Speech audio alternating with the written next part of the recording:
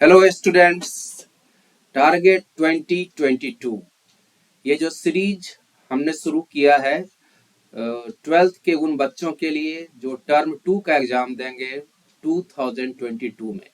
इस कड़ी में स्टूडेंट्स आज हम जो क्वेश्चंस लेके आए हैं वो इंटीग्रेशन का कुछ क्वेश्चंस है। जो भी क्वेश्चन हम डिस्कस करेंगे वो प्रीवियस ईयर के क्वेश्चंस होंगे जो सीबीएसई में ऑलरेडी आ चुके हैं, और कुछ साथ साथ कुछ वैसे भी क्वेश्चन स्टूडेंट्स हम डिस्कस करेंगे जो आने वाले एग्जाम में इम्पोर्टेंट हो सकते हैं। तो इसमें हम जो मुख्य रूप से जो चीज हम ध्यान देंगे वो देखेंगे एग्जामिनेशन का पैटर्न जो है, जिस तरह के क्वेश्चंस पूछे जाते हैं एग्जामिनेशन में, जिस तरह के क्वेश्चंस पूछे जाएंगे टर्म 2 के एग्जामिनेशन में, उस तरह के क्वेश्चंस हम आपके लिए डिस्कस करेंगे, उस तरह के क्वेश्चंस को हम लोग सॉल्व करेंगे। तो आइए हम लोग जो क्वेश्चन आज डिस्कस करेंगे वो आज हम देखते हैं वन बाय वन। जो क्वेश्चन हम लोग आज डिस्कस करेंगे स्टूडेंट्स, जैसा कि हम पिछले लेक्चर में हम लोग किए थे, इंटीग्रेशन का क्वेश्चन हम लोगों ने डिस्कस किया था। आज उसी कड़ी में कुछ और इंटीग्रेशन के क्वेश्चन हम लोग डिस्कस करेंगे। और ये जो इंटीग्रेशन का क्वेश्चन होगा ये 2 मार्क्स का भी होगा, 3 मार्क्स का भी होगा और 4 मार्क्स का भी होगा। साथ ही साथ हम लोग पार्शियल फ्रैक्शन के बारे में थोड़ा सा जानकारी लेंगे कि किसी भी इंटीग्रेशन को, कुछ ऐसे इंटीग्रेशन होते हैं जिनको पार्शियल फ्रैक्शन के थ्रू ही सॉल्व किया जा सकता है। तो वैसे क्वेश्चंस का कंसेप्ट हम लोग आज देखने का कोशिश करेंगे। तो आइए हम शुरू करते हैं। Target 2022, target 2022 for 12th term 2, 12th term 2, और जो होने वाला है आपको अप्रैल में 2022 में। तो जो क्वेश्चंस आज हम लोग डिस्कस करेंगे वो क्वेश्चन इंटीग्रेशन का है।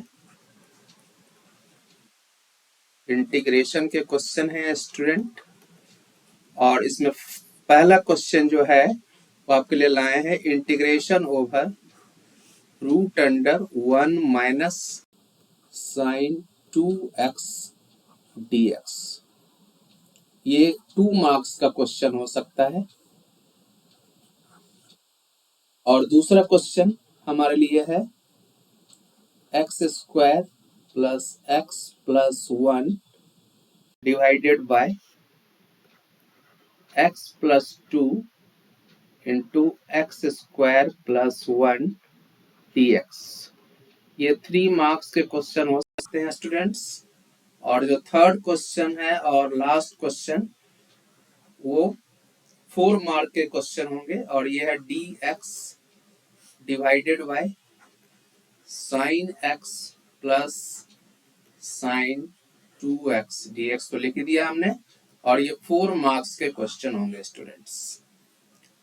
तो देखिए ये तीनों क्वेश्चन मैंने 2 मार्क्स के क्वेश्चन भी एक दिए हैं, 3 मार्क्स के क्वेश्चन दिए हैं, 4 मार्क्स के भी क्वेश्चन दिए हैं। अब आइए इसको हम लोग सॉल्व करते हैं। इसको सॉल्व करने से पहले partial fraction, integration by partial fraction का कुछ कंसेप्ट हम लोग जान लेंगे, क्योंकि कुछ क्वेश्चंस इसमें हैं जो पार्शियल फ्रैक्शन से ही सॉल्व होंगे। तो आइए सबसे पहले हम लोग पार्शियल फ्रैक्शन का कंसेप्ट देख लेते हैं स्टूडेंट्स कि पार्शियल फ्रैक्शन का कंसेप्ट है क्या।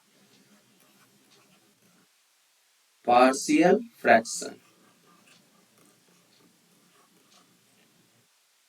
कब हम इंटीग्रेशन को, कुछ ऐसे इंटीग्रेशन होंगे जिनको हम पार्शियल फ्रैक्शन में हम तोड़ के ब्रेक करके उसको हम सॉल्व करेंगे, यानी पहले उसको सिंप्लीफाई करेंगे पार्शियल फ्रैक्शन से, उसके बाद उसको इंटीग्रेट करेंगे। तो किस तरह के क्वेश्चंस को हम समझेंगे कि पार्शियल फ्रैक्शन से सॉल्व किया जा सकता है। तो आइए हम ऐसे क्वेश्चंस हम देखते हैं जो पार्शियल फ्रैक्शन से सॉल्व करेंगे। कैसे उसको हम आइडेंटिफाई करेंगे कि ये क्वेश्चन पार्शियल फ्रैक्शन से सॉल्व होगा। तो देखिए हमको डिनोमिनेटर देखना है, कुछ क्वेश्चन है जिनके डिनोमिनेटर को देखना है, डिनोमिनेटर को देखना है। और डिनोमिनेटर को देखेंगे, न्यूमरेटर में कुछ भी उससे फर्क नहीं पड़ता है, डिनोमिनेटर को देखेंगे और उसका पार्शियल फ्रैक्शन क्या होगा ये हम देखेंगे। पार्शियल फ्रैक्शन उसका क्या होगा, जब हम क्वेश्चन बनाएंगे स्टूडेंट तो हमें आसानी से समझ में आएगा। फिर भी एक कंसेप्ट में बता देता हूँ।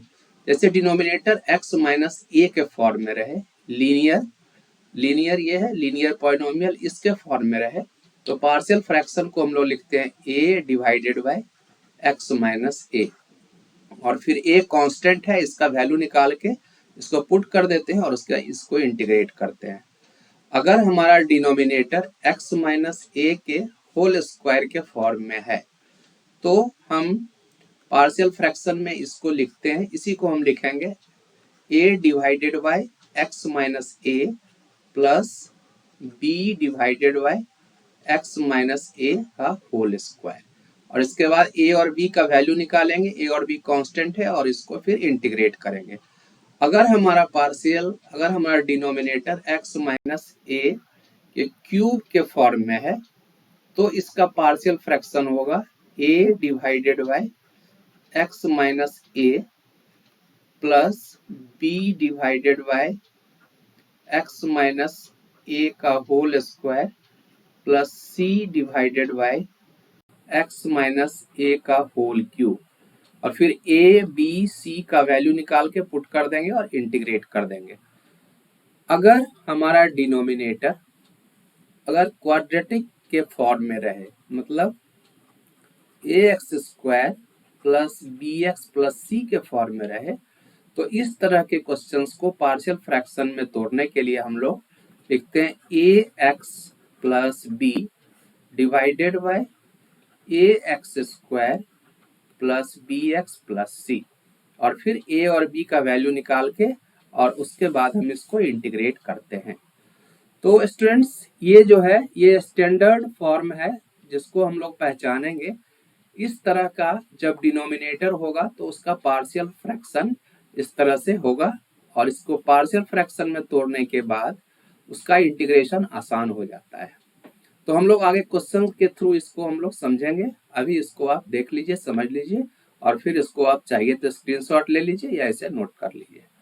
तो आइए पहला क्वेश्चन जो 2 मार्क्स का क्वेश्चन था उसको हम लोग डिस्कस करते हैं। तो फर्स्ट क्वेश्चन था integration over root under 1 minus sine 2x dx। ये 2 मार्क्स का क्वेश्चन हो सकता है। इसको कैसे सॉल्व करेंगे हम लोग, तो देखिए इसको सॉल्व करने के लिए हम लोग क्या करते हैं, लिखते हैं इंटीग्रेशन को हम लोग, ये देखिए स्क्वायर रूट में है तो हमारी कोशिश रहेगी स्क्वायर रूट किसी तरह हट जाए। तो हम लोग 1 को क्या लिख सकते हैं, 1 को लिख सकते हैं cos square x plus sine square x। आप सबको ये फॉर्मूला मालूम है, बहुत पहले से पढ़ते आ रहे हैं, cos square x plus sine square x equal to 1। तो 1 के बदले ये लिखेंगे, और साइन 2x का फॉर्मूला होता है अगर आपको याद हो, sine 2x is equal to sine x into cos x। Trigonometry में आपने पढ़ा होगा। तो साइन 2x को हम लोग लिख सकते हैं 2 sine x into cos x। अब देखिए ये a माइनस बी का होल स्क्वायर हो गया, a square plus b square minus 2 into a into b. तो इसका क्या होता है, इसको हम लोग लिख सकते हैं a माइनस बी का होल स्क्वायर, दैट इज इसको हम लोग लिख सकते हैं cos x minus sine x, या sine x minus cos x same चीज है, होल स्क्वायर dx। अब देखिए ये स्क्वायर रूट है और ये स्क्वायर है तो दोनों कट के क्या हो जाएगा हमारे पास, ये हो जाएगा cos x minus sine x और dx। देखिए सिंप्लीफिकेशन के बाद ये काफी आसान इसका इंटीग्रेशन होगा, तो अब इजीली इसको आप इंटीग्रेट कर सकते हैं। इसको क्या लिखेंगे हम लोग, इसको लिखेंगे cos x dx minus sine x dx। अब cos x का इंटीग्रेशन आपको मालूम है, cos x का क्या होता है साइन x, और ये minus sine x, cos x का साइन x, और साइन x का इंटीग्रेशन क्या होगा साइन x का माइनस cos x, तो ये हो जाएगा cos x, ठीक है, और प्लस c। तो ये हो गया हमारा आंसर। तो आप स्टेप बाय स्टेप समझ में आपको आ गया होगा, उम्मीद करते हैं। सबसे पहले 1 को cos square x plus sine square x, sine 2x को 2 sine x into cos x, ये a माइनस बी का होल स्क्वायर हो गया, cos x minus sine x का होल स्क्वायर, और इसके बाद ये हो गया cos x minus sine x dx, cos x dx sin x minus sine x dx, cos x का इंटीग्रेशन sin x, क्योंकि sin x का डिफरेंशियल cos x, और sin x का differential minus cos x minus minus plus cos x। This is the required answer students. Okay, तो ये देखिए 2 marks का question था जो आसानी से सॉल्व हो गया, इसको आप नोट कर लें। अब हम चलते हैं नेक्स्ट क्वेश्चन की तरफ। नेक्स्ट क्वेश्चन यानी क्वेश्चन नंबर 2। क्वेश्चन नंबर 2 जो है ये 3 मार्क्स का क्वेश्चन हो सकता है, और ये क्वेश्चन है x square plus x plus 1 divided by x plus 2 into x square plus 1 dx। अब देखिए ये क्वेश्चन जो है, इसके डिनोमिनेटर को अगर हम लोग देखते हैं तो ये x प्लस 2 है और ये एक्स स्क्वायर प्लस 1 है। तो देखिए इसको हम पार्शियल फ्रैक्शन के हेल्प से इसको हम सॉल्व कर सकते हैं। तो डिनोमिनेटर में जब हम डिनोमिनेटर को देखेंगे तो ये एक लीनियर फॉर्म में है और ये एक क्वाड्रेटिक फॉर्म में है। तो यहाँ पर लीनियर फॉर्म में भी है, क्वाड्रेटिक फॉर्म में भी है। तो अब इस दोनों को हम लोग कैसे सॉल्व करेंगे, जैसा कि हम पहले बताए थे कि लीनियर को कैसे सॉल्व करना है और क्वाड्रेटिक को कैसे सॉल्व करना है। तो सबसे पहले इसको हम लोग कुछ लेट कर लेते हैं, इस पूरे फ्रैक्शन को हम लोग कुछ मान लेते हैं, इसको लिखते हैं लेट। देखिए कैसे सॉल्व होगा, x square plus x plus 1 divided by x plus 2 into x square plus 1। अब देखिए इसको हम लोग क्या लिख सकते हैं, इसको लिख सकते हैं, ये लीनियर फॉर्म में है तो इसको लिखेंगे a बाय एक्स प्लस 2, जैसा कि हम पहले बता चुके हैं। ये क्वाड्रेटिक फॉर्म में है तो इसको हम लोग क्या लिखेंगे, इसको लिखेंगे b x plus c divided by x square plus 1। Okay students, तो अब हम लोग a और b का वैल्यू निकालेंगे और यहाँ पुट करेंगे और उसके बाद इंटीग्रेट करेंगे। यानी सबसे पहले हमको सिंप्लीफाई करना है और सिंप्लीफाई करने के बाद फिर उसको इंटीग्रेट करना है। ओके स्टूडेंट्स, तो चलिए सबसे पहले इसको हम सिंप्लीफाई कर रहे हैं। देखिए सिंप्लीफाई कैसे करते हैं। देखिए इसका एक आसान तरीका है जो हम अभी आपको बताने जा रहे हैं, ध्यान से आप देखेंगे। इसको सबसे पहले तो आप लिखिए लेफ्ट हैंड साइड को x square plus x plus 1 divided by x plus 2 into x square plus 1, और इधर भी अगर आप एलसीएम ले लेते हैं एक्स प्लस 2 और एक्स स्क्वायर प्लस 1, तो यहाँ बच जाएगा a into x square plus 1 plus b x plus c into x plus 2। देखिए दोनों का डिनोमिनेटर सेम है, इसको अगर हम कैंसिल कर देंगे तो क्या बचेगा हमारे पास, हमारे पास बचेगा x square plus x plus 1 is equal to a into x square plus 1 plus b x plus c into x plus 2। अब देखिए यहीं से हम इसको दो तरह से हम लोग सिंप्लीफाई कर सकते हैं a और b का वैल्यू। एक तो लॉन्ग मेथड है जिसमें हम इस पूरे को ब्रेक करेंगे और एक्स स्क्वायर के कोफिशिएंट को इक्वेट करेंगे दोनों तरफ, एक्स के कोफिशिएंट को इक्वेट करेंगे और कांस्टेंट को इक्वेट करेंगे, और 3 इक्वेशन आएगा, सॉल्व करके a b c का वैल्यू निकाल लेंगे। लेकिन हमको यहाँ पर एक ट्रिक का इस्तेमाल करना है, एक शॉर्टकट मेथड है जिसको हम अभी बताने जा रहे हैं। ये काफी इंपॉर्टेंट है, इसको आप ध्यान से देखेंगे। देखिए इसमें क्या करते हैं हम लोग, दो टर्म है हमारे पास, तो एक बार कोशिश करते हैं इसको जीरो कर देने का, एक बार कोशिश करते हैं इसको जीरो करने का। तो आइए सबसे पहले इसको हम जीरो कर देंगे। जब इसको हम जीरो कर देंगे तो हमारा ये पूरा टर्म जीरो हो जाएगा और सिर्फ इधर ए बचेगा और उसके बाद ए का वैल्यू आसानी से आ जाएगा। देखिए अगर x इसका तरीका क्या है कि देखिए x प्लस टू को जीरो के बराबर अगर आप इक्वेट कीजिएगा, इक्वल कीजिएगा, मान लीजिए आप x plus two equal to zero कर देते हैं इसको जीरो होने के लिए, तो x equal to minus two आ गया, यानी x equal to minus two अगर हम यहाँ पुट करते हैं तो ये पूरा टर्म जीरो हो जाएगा। तो पहला काम तो हम यही करेंगे, putting x equal to minus two both side, दोनों तरफ।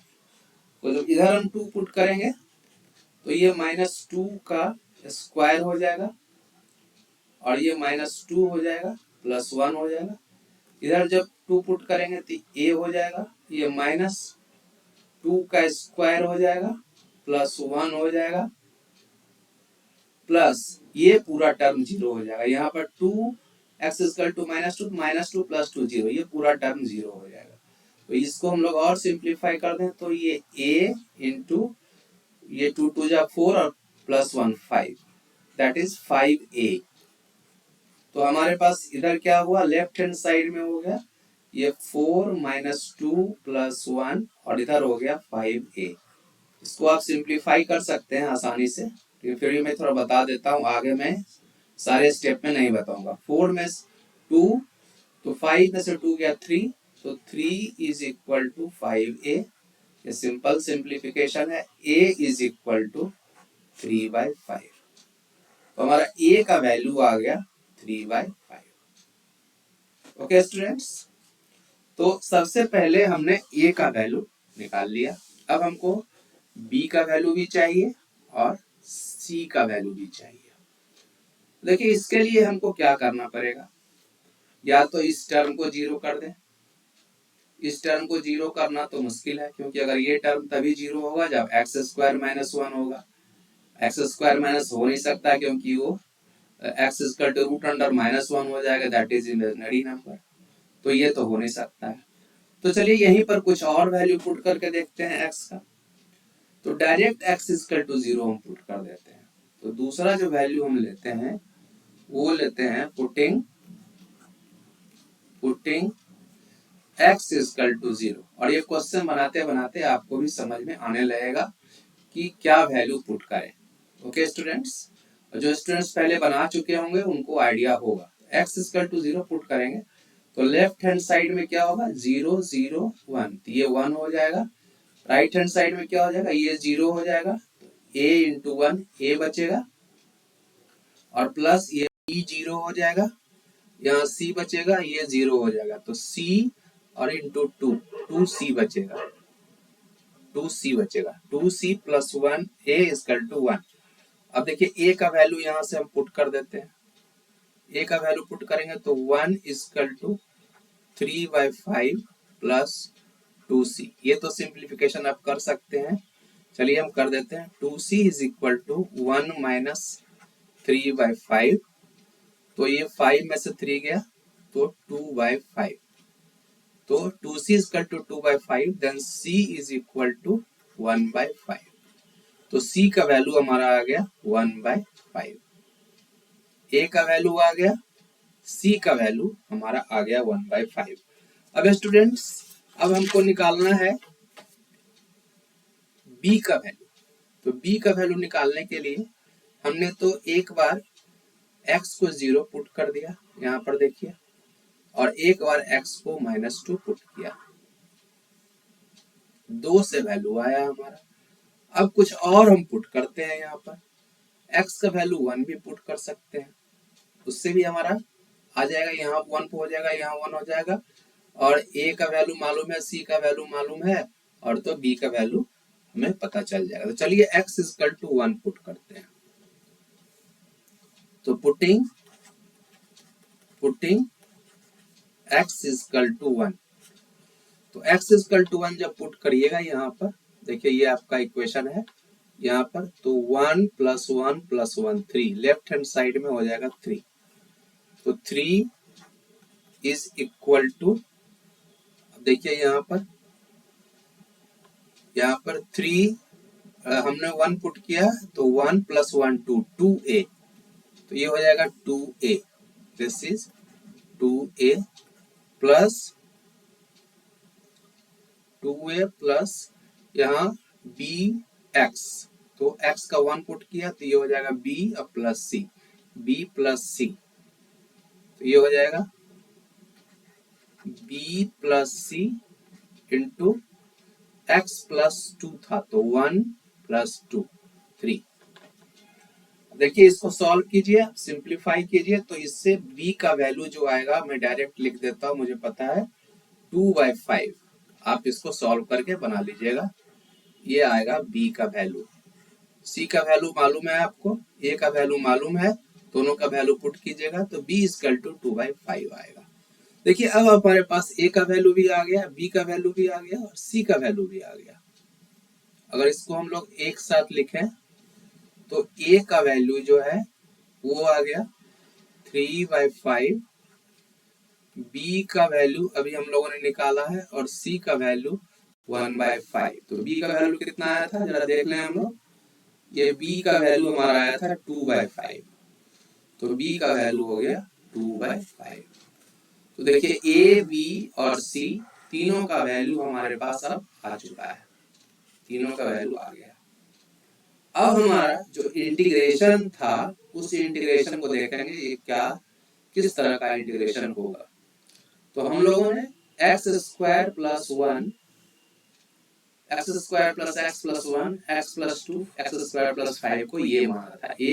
इसमें चलिए a b, ये हमारा इंटीग्रेशन था, यही हमारा इंटीग्रेशन था, तो इसको हम लोगों ने ये माना था।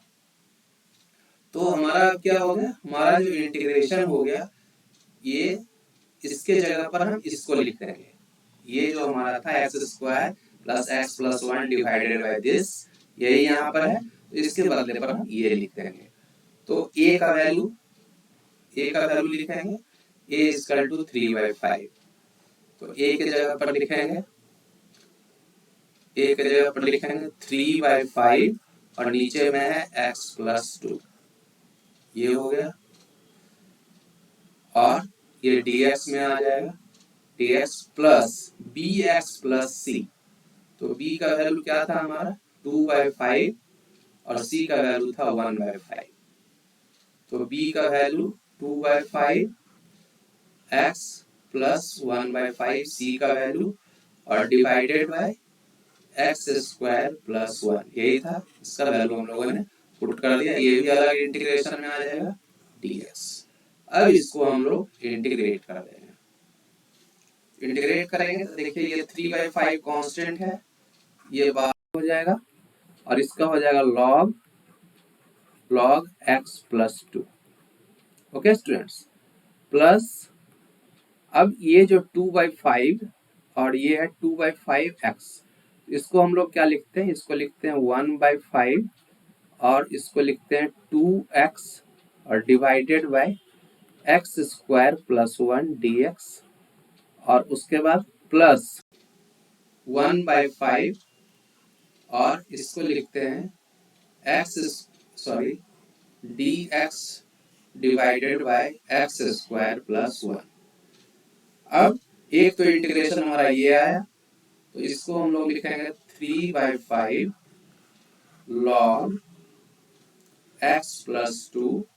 इसका इंटीग्रेशन क्या होगा, इसका इंटीग्रेशन जो होगा वो आप इंटीग्रेशन डायरेक्ट करेंगे तो 1/5 और ये होगा log x स्क्वायर प्लस 1, इस पूरे का integration log x square plus 1 होगा, क्योंकि इसको आप डिफरेंशिएट कीजिए तो ये आ जाएगा और 1/5 कांस्टेंट, और ये हो गया हमारा 1/5 और ये सिर्फ dx है और x स्क्वायर प्लस 1, तो इसका इंटीग्रेशन क्या होता है dx by x square plus 1, इसका होता है tan inverse x plus c।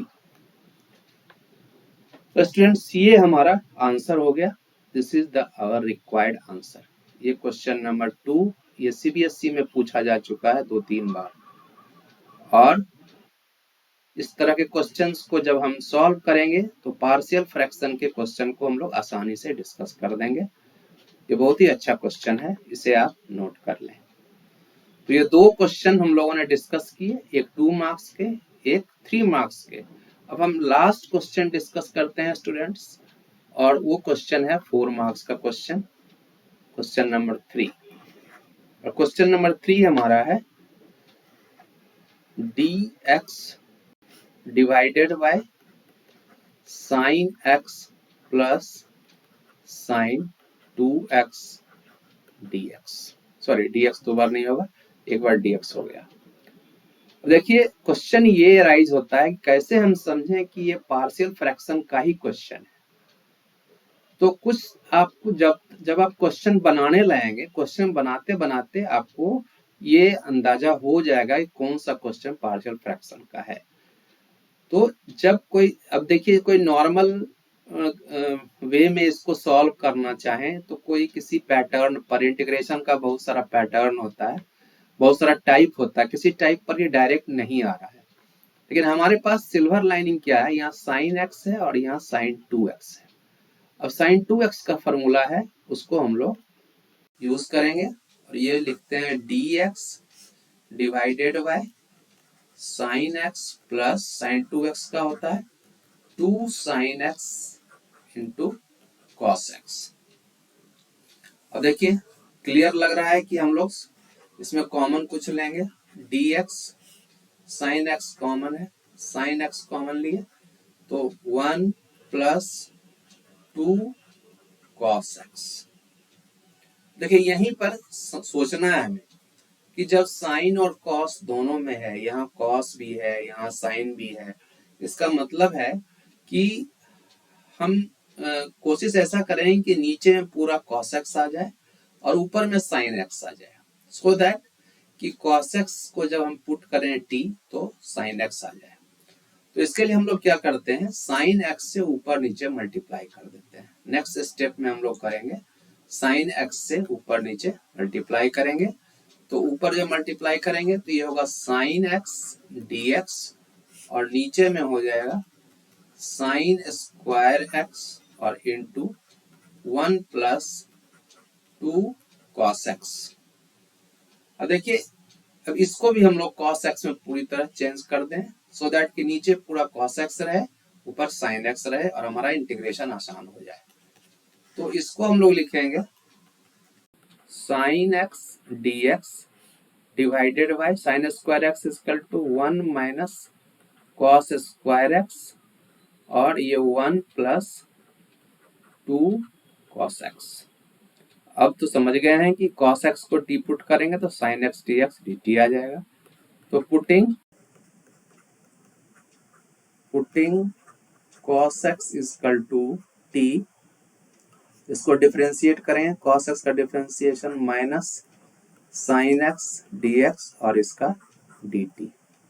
देखिए पूरा ऊपर में जो था न्यूमरेटर में वो पूरा आ गया, सिर्फ माइनस साइन है, माइनस को हम लोग बाहर लिख लेंगे और हमारा इंटीग्रेशन जो हो जाएगा माइनस, और ये हो जाएगा minus dt divided by 1 minus cos square है यानी 1 माइनस टी स्क्वायर और ये हो जाएगा 1 प्लस 2 कॉस एक्स को टी माना है 2t। अब देखिए अब जब यहाँ पर हमारा आ गया इस फॉर्म में, तो अब ये लग रहा है कि हमारा पार्शियल फ्रैक्शन का ही क्वेश्चन है। डिनोमिनेटर के देखने से इसको थोड़ा सा और सिंप्लीफाई कर दें, 1 माइनस टी स्क्वायर को लिखते हैं 1 minus t into 1 plus t और ये 1 प्लस 2t। देखिए तीनों लीनियर में है, ये भी लीनियर, ये भी लीनियर, ये भी लीनियर। तो मैंने बताया था लीनियर को कैसे सॉल्व करते हैं, कैसे पार्शियल फ्रैक्शन में हम लोग इसको चेंज करते हैं। तो आइए हम लोग लिखते हैं इसको, पार्शियल फ्रैक्शन का ये क्वेश्चन हो गया। तो अब इसको कैसे सॉल्व करेंगे, लिखेंगे let 1 by 1 minus t 1 plus t 1 plus 2t is equal to a by 1 minus t, linear में है तो सारा इस तरह से चेंज करेंगे, b बाय 1 प्लस टी और c बाय तीनों लीनियर में है, 1 प्लस 2t। अब हम लोग a b c का वैल्यू निकालेंगे और पुट करेंगे और हमारा इंटीग्रेशन उसके बाद करेंगे और हमारा आंसर आ जाएगा। तो अब इसको सिंप्लीफाई करेंगे अगर हम लोग, तो ये हो जाएगा 1 minus t 1 plus t 1 plus 2t is equal to, ये हो जाएगा a इंटू, हम इस तीनों को एलसीएम अगर ले लें, एलसीएम इधर ले लें,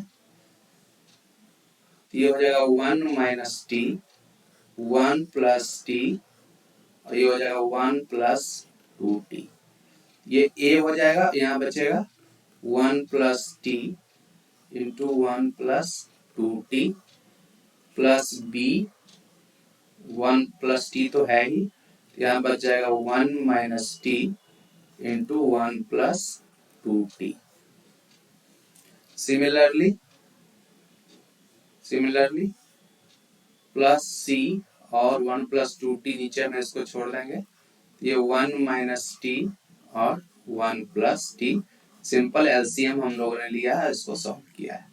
डिनोमिनेटर कैंसिल हो जाएगा तो न्यूमरेटर बचेगा, तो हमारा इक्वेशन के फॉर्म में आ जाएगा 1 is equal to a into 1 plus t into 1 plus 2t plus b into 1 minus t into 1 plus 2t plus c into 1 minus t into 1 plus t. अब देखिए ये हमारा जो आया, इसको ध्यान से देखिए, इसको हमको सॉल्व करना है, a b और c का वैल्यू निकालना है। तो इसमें हम लोग इस तरह से बनाएंगे, इसको इस तरह से सॉल्व करेंगे, t का वैसा वैल्यू पुट करेंगे जिससे कभी a वाला टर्म 0 हो जाए, कभी b वाला टर्म 0 हो जाए, कभी c वाला टर्म 0 हो जाए। तो देखिए सबसे पहले हम लोग क्या करते हैं, तो हम बता चुके हैं डिटेल में पिछली बार, putting t is equal to -1। t is equal to -1 put करेंगे तो ये टर्म 0 हो जाएगा, ठीक है। तो ये पूरा टर्म आपका 0 हो जाएगा, a वाला term. t is equal to -1 हम लोगों ने पुट किया है, देखिए यहाँ भी t इज इक्वल टू तो ये भी पूरा टर्म 0 हो जाएगा। t is equal to -1 put करेंगे तो -1 प्लस 1 0, यहाँ भी पुट करेंगे तो -1 प्लस 1 0, ये पूरा टर्म 0, ये पूरा टर्म 0, बचेगा b वाला टर्म। तो t इज इक्वल टू 1 में लेफ्ट हैंड साइड में तो सिर्फ 1 ही है, राइट हैंड साइड में b इंटू 1 और -1 तो माइनस माइनस प्लस 1 और इंटू 1 और -2।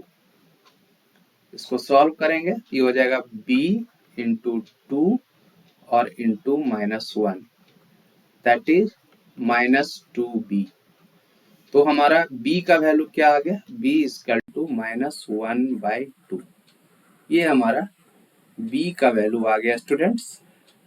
तो ये आप लोग को समझ में आ गया होगा, b इक्वल टू -1। अब हम क्या पुट करें बताइए, t इक्वल टू 1 पुट कर देंगे तो देखिए ये 0 हो जाएगा और ये भी 0 हो जाएगा, तो हमारे पास a बचेगा। लिखते हैं putting t is equal to 1। t is equal to 1 put करेंगे तो हमारा क्या होगा, लेफ्ट हैंड साइड में तो 1 ही रहेगा, राइट हैंड साइड में देखिए, राइट हैंड साइड में ये 1 पुट किया हम लोगों ने तो 1 प्लस 1 2, तो a इंटू 2 और यहाँ 1 पुट किया हम लोगों ने तो 2 प्लस 1 3 इंटू 3 और यहाँ पर 1 पुट किए तो 1 माइनस ये 1 हो गया, 1 माइनस 1 0, ये कैंसिल, और यहाँ पुट किया तो 1 माइनस 1 0, ये कैंसिल, तो सिर्फ हमारे पास यही बचा। तो हमारे a का वैल्यू जो आया वो आया 1/6। तो a का वैल्यू हमारा आ गया 1/6।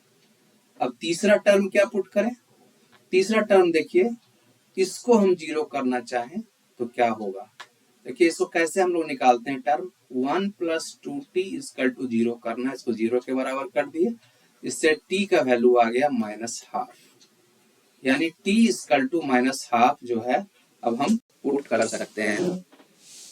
तो आइए t इक्वल टू -12 पुट करें, पुटिंग t इक्वल टू -12,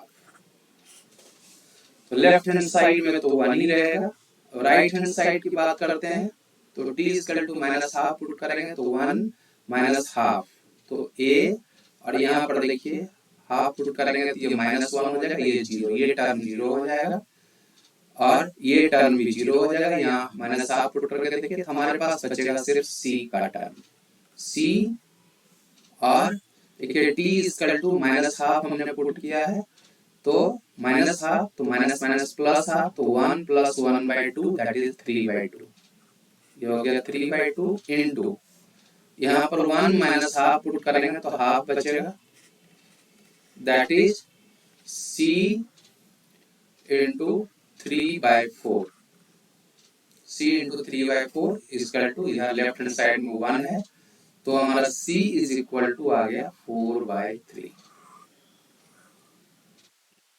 तो c का वैल्यू भी आ गया, a का वैल्यू भी आ गया, और b का वैल्यू भी आ गया। अब इस तीनों वैल्यू को हम पुट कर देंगे ओरिजिनल इक्वेशन में। हमारा ओरिजिनल इक्वेशन ये है, ये है हमारा ओरिजिनल इक्वेशन। हमने इस पूरे को इस तरह से लिखा था, ये हमारा था इंटीग्रेशन, इसको हमने इस तरह से लिखा था और इसको हमने इस तरह से लिखा था, तो यानी इसकी जगह पर हम लोग a/this, b/this, c/this लिखेंगे। तो आइए हम लोग लिखते हैं, जो ओरिजिनल इक्वेशन है उसमें पुट करते हैं। ये हमारा है माइनस, ये माइनस माइनस ही रहेगा, और ऊपर में हमारा अब dt तो रहेगा ही, dt तीनों में टूट जाएगा अलग अलग, तो a/1 - 2, तो a का वैल्यू हमारा कितना आया है, a का वैल्यू आया है 1/6, ये हो गया 1/6 इंटू 1 - t, ये हो गया, और प्लस b का वैल्यू कितना आया है, b का वैल्यू जो हमारा आया है वो है -12, इसको -12 कर दीजिए, -12 इंटू 1 + t, ये देखिए a का वैल्यू पुट किया, b का वैल्यू पुट किया, और c का वैल्यू पुट करेंगे। c इक्वल टू कितना आया था 4/3, तो c इज इक्वल टू 4/3, तो 4/3, और नीचे में क्या है, नीचे में 1 + 2t, 1 + 2t और dt। अब देखिए इसको सिंप्लीफाई करके हम लोग अब इसका इंटीग्रेशन करेंगे, 1/6 को बाहर कर दीजिए, ये हो जाएगा 1/1 - t dt अलग अलग, -1/2 integration over dt by 1 + t, और ये हो गया 4/3, और integration over dt by 1 + 2t। अब इसको इंटीग्रेट कर देंगे, सिंपल। आइए इसको हम इंटीग्रेट करते हैं, इंटीग्रेट करेंगे तो ये हो जाएगा -1/6, इसका हो जाएगा log 1 - t प्लस -12, ये हो जाएगा log 1 + t, और प्लस 4/3 इंटू log 1 + 2t, और इसमें हो जाएगा हाफ, हाफ से इसको 1/2, ये देखिए 1/2 log 1 + 2t, इसको डिफरेंशिएट कीजिएगा तो log 1 + 2t का डिफरेंशिएशन 1/ इतना हो जाएगा, और 2 का डिफरेंशिएशन 2, 2 और 2 कैंसिल हो गया, इसलिए dt बाय 1 + 2t का डिफरेंस इंटीग्रेशन होगा 1/2 इंटू log 1 + 2t, और 4/3 पहले से था तो 2 से ये कैंसिल हो जाएगा, और प्लस c इंटीग्रेशन कांस्टेंट। तो अब हमारा जो वैल्यू हो गया वो हो गया -1/6 log 1 - t -12 log 1 plus t और plus 2/3 log 1 plus 2t plus c. अब t तो हमारे क्वेश्चन में था ही नहीं, t का जो वैल्यू है उस वैल्यू को पुट कर दीजिए। तो t का क्या वैल्यू था आप देख लीजिए। यहाँ हम लोगों ने t जो माना था, t हम लोगों ने माना था cos x को, cos x को हम लोगों ने t माना था। तो cos x t के जगह पर cos x पुट कर देंगे तो हमारा आंसर आ जाएगा। cos x पुट करेंगे तो ये हो गया -1/6 log 1 minus cos x -1/2 log 1 plus cos x plus 2/3 log 1 plus 2 cos x plus c. This is our required answer students. तो इस तरह से हम लोगों ने तीनों क्वेश्चन देखे। ये तीनों क्वेश्चन काफी इंपॉर्टेंट हैं, एक 2 मार्क्स का, एक 3 मार्क्स का, एक 4 मार्क्स का। और आने वाले टर्म 2 के एग्जाम को अगर हम ध्यान में रखते हैं तो इस तरह क्वेश्चंस का प्रैक्टिस करें, डिफरेंट जगह से प्रैक्टिस करें, खास करके पास्ट ईयर क्वेश्चंस को जरूर बनाएं। और जब भी आप क्वेश्चंस को बनाएं तो आप पैटर्न को ध्यान में रखें, एक तरफ सिलेबस रखें, एक तरफ क्वेश्चन के पैटर्न को रखें, मार्किंग स्कीम को रखें और उसके बाद सॉल्व करें। ओके स्टूडेंट्स, तो इसके साथ ही आज का हम लोग क्लास यहीं पर समाप्त करते हैं और फिर हम मिलेंगे अगले क्लास में, जिसमें हम फिर कुछ क्वेश्चंस लेके आएंगे जो टारगेट 2022 के लिए इम्पोर्टेंट है, यानी टर्म 2 का एग्जाम जो अप्रैल में होने वाला है 12th के लिए, उसके लिए काफी इम्पोर्टेंट क्वेश्चन होंगे। तो एक बार फिर हम आपके सामने हाजिर होंगे स्टूडेंट, तब तक के लिए आपको all the best, good bye and good luck.